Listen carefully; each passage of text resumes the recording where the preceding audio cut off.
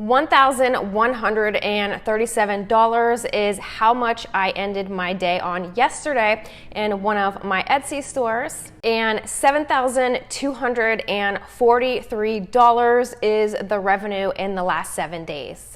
And today I'm going to be sharing with you the exact strategy that I have been following. And I did this once when I first opened one of my Etsy stores, which I documented on this channel, and I did 1,700 my first month. Since then, I have learned a ton. I thought it might have been just luck, so I tried it again, and that time I got that store to $20,000 in revenue in the 4th month.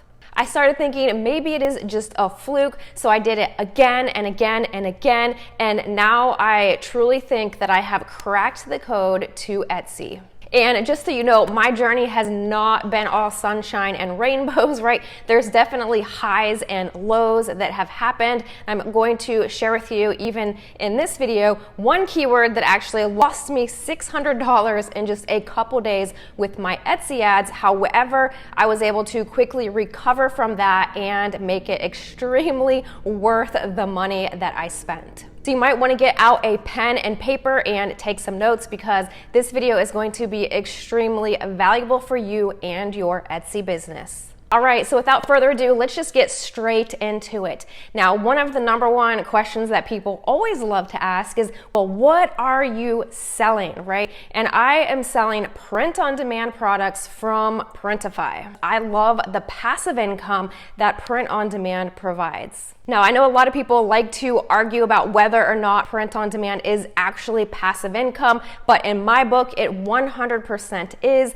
because when an order comes in, I do not have to do anything to fulfill that order. The listing is up on Etsy and generating sales for me, and then Printify takes care of the rest. Whereas on the flip side, when I had my store where I was customizing things, an order came in and then I physically had to do work and then ship it myself, right? That is an active business where you still have to do work when an order comes in, as opposed to just getting the listings up and allowing them to run. Now, there is one exception to this rule with print on demand, and when I started my first POD store, I was actually getting that store to pop off with custom mugs, right? So I did actually at that point in time have to go in and customize the mugs for each and every single customer that purchased, and sometimes it was 60 per day. So that there is not passive, and I do think that is a great way to get a store going.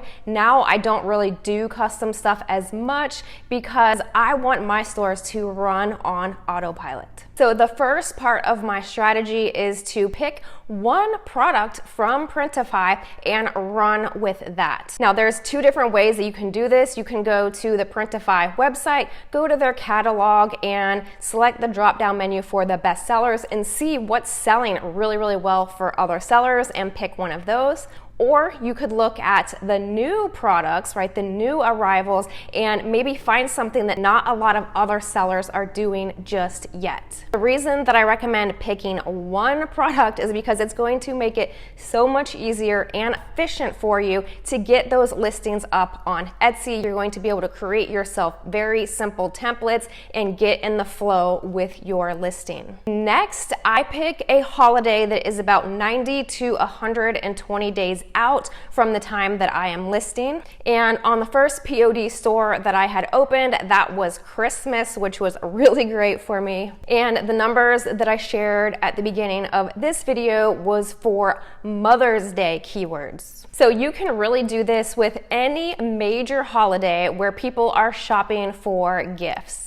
And the key to this is to heavily research these topics and products and find products that have had a good amount of sales volume and that have 20 or more in the cart. Sometimes I will accept slightly less than that, and also have low competition keywords that you can use. And for me, low competition keywords are really under 2,000 when it comes to looking on tools like Sales Samurai to see how many other sellers are using that keyword in their listings. Now, when people often hear a low competition when they're doing their research, they often think that that means that they can't tap into high competition or extremely broad keywords, and that is not true, right? You definitely want to do your research and find low competition keywords. However, there are some real gem of keywords for holidays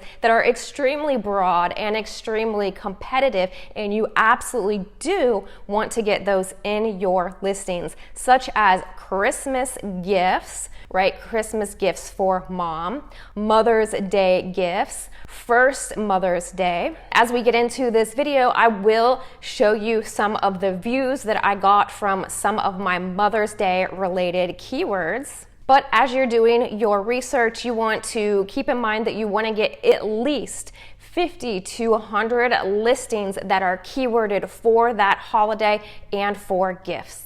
And then from there, you're going to be maximizing your efforts that you're putting in by reusing some of your designs, by creating variations, and also doing different SEO blocks. So using variable keywords. So you could be targeting something towards moms, towards grandmas, towards aunts, but they can all be very, very similar listings. So on your designs, you could switch out the word mama for auntie. You could switch out the word auntie for Mimi or Gigi or Nana, or all the different words that people use for grandma. And this is where you have to put your thinking cap on, right? Oftentimes our education system discourages people from actually thinking outside the box. So you have to start training yourself on how to see how things can be related to what you're listing, like the example that I just gave you. Then once you have those 50 to 100 listings up, it's time to turn on those ads. When I first started on Etsy, I was just doing $5 a day ads, and then I went up to about $20 a day ads, and I stayed at $20 for a long time